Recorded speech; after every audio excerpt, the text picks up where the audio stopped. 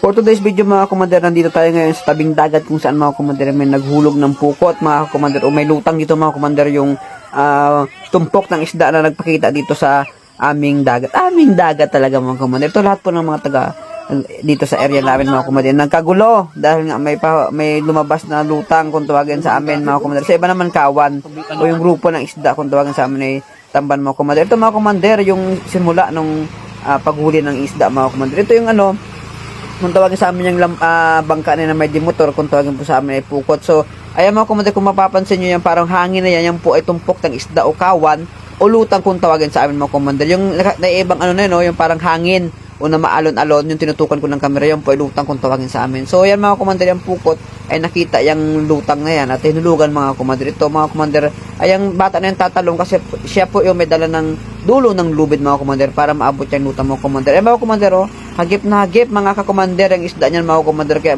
mapapanood nyo sa dulo kung gaano karami ang huli ng mga mangisda mga kakommander. Grabe mga commander, at talaga nga naman napaka-exciting ng labanan ng paghuli ng isda dito mga commander. Grabe, ang daming huli mga kakommander, o di ba? Ayan mga commander, kanila ng hinuhulugan ng lambat yung mga commander lutang. Yan mapapansin mga commander, ayan yung parang kakaibang na parang agos, ayan po ay lutang mga commander o grupo ng isda mga commander. Ayan mga commander, patuloy na pinapaikutan ng lambat at hinulugan ng lambat yung lutang mga commander. Ayan mga commander, paliko na sila mga commander. Panoorin po natin mga commander hanggang dulo kung paano mahuli yung isang tamban. Tamban pa yung mahuli dyan mga commander ng mga mangingisda mga commander. Grabe ang napakahuli talaga naman. Yung mga tao ay nagkagulo mga commander. Ayan mga commander, nasa gitna pa yung lutang mga commander. Ay yung bangka ay paikot na mga commander. Grabe, paspas na po yung bangka na yan para mahulugan lang yung lutang mga commander. Ayan mga commander,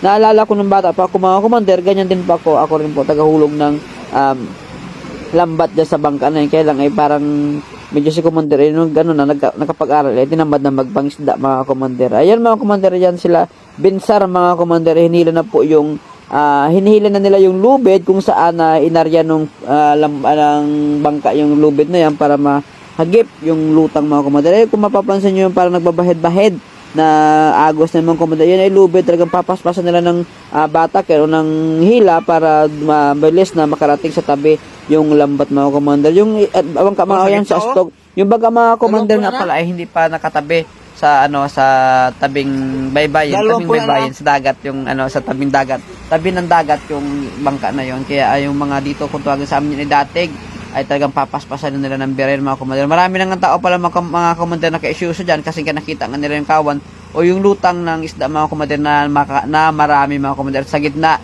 ng lambat ng mga kakommander yung isda mga kakommander. Grabe mga kakommander, mamaya panoorin nyo kung paano nagkagulo yung mga tao sa pagkita yung nakita nila yung isda ay talagang nadala na sa tabi ng lambat mga kakommander, at talaga nagsisiksika na sila dito sa sa tabi yung isda mga kakommander. Wala silang kawala mga kakommander. Siyempre may pangulam na mga kakommander. Mga kakommander, na napakarami nagbibira niyan mga kakommander sa kadahilan na nakita nga nila yung lutang at nasa gitna.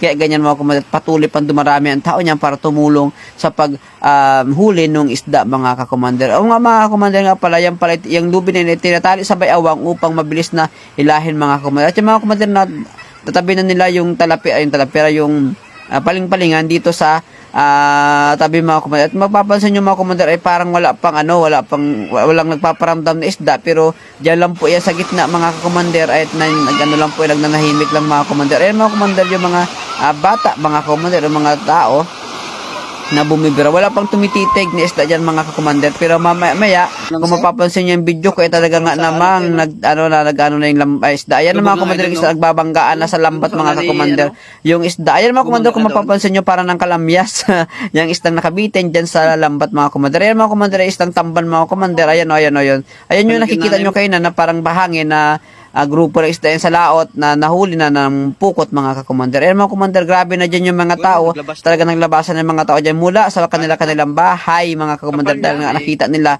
yung lambat ay talagang namumulaklak na sa isda o sa titig mga kakommander. Ayan mga kakommander, pinapagpagpanumbata yung isda mga kakommander. Grabe mga kakommander ang ang pagkahuli nito. Ayan, nakikita nyo yung puti-puti na yan. Ayan po, bumangga na yung isda dyan mga komandor. Ayan mga komandor, kung mapapansin nyo, ayan, kat yung camera ko, kitang-kita na yung paglangoy-langoy gid ng isda talaga dito sa tabi mga komandor, kung saan na bumabangga na sila sa ano man din komandor, at yung yung lambat.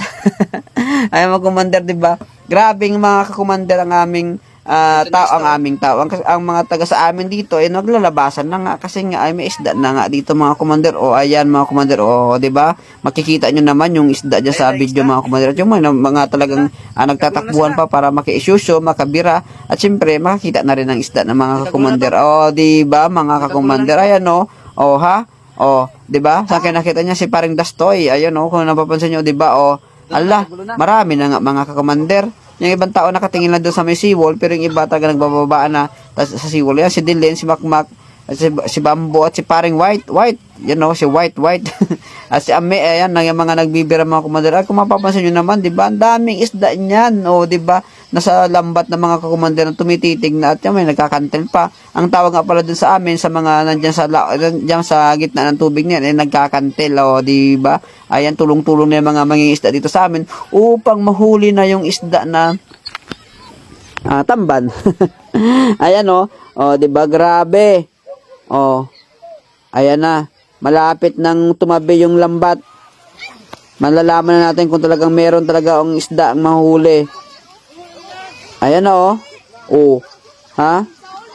'Di ba? Nagtataranta pa ako, natataranta na rin diyan. Hindi ko alam kung saan ako pupisto diyan eh. Pero nasa center of the point na ako. Ayan, ang daming titik ha? Grabe, kaya pala ginaganyan nila para hindi makawala talaga yung isda.